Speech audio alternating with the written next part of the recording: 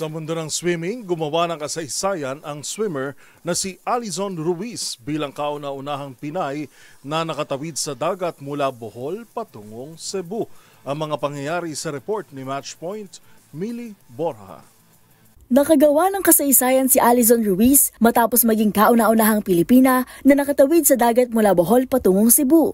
Noong August 12, natapos ng 34-year-old swimmer ang 22 kilometer na paglangoy mula Getafe, Bohol hanggang Sulpa Island, Cebu, kasama ang kanyang mga katuwang na sina Hiroshi Ibihara at Victor Maximino Umbao. Sa gitna ng malakas na agos at mahabang oras ng pagod, nagtagumpay ang trio sa higit 11 hours na paglangoy. Sinimulan nila ang tinawag nilang crazy swim sa pagsapit ng araw habang sinusuportahan ng isang bangka na may dalang doktor, observer, photographer, videographer at isang stand-up paddleboarder na si Cyril Igot na nagbigay ng hydration at nutrisyon sa mga lumangoy. Dahil sa tagumpay na ito, naitala ni Ruiz ang kasaysayan kasama ang Pinoy Aquaman na si Attorney Ingerman Macarin na una nang nakatawid sa ruta noong 2016.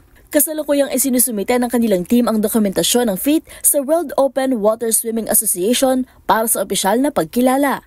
At yun ang mga latest updates sa mundo ng sports. Para sa MBC TV Network News, ito si Mili Borja ng DZRH TV, una sa Pilipinas, una sa Pilipino.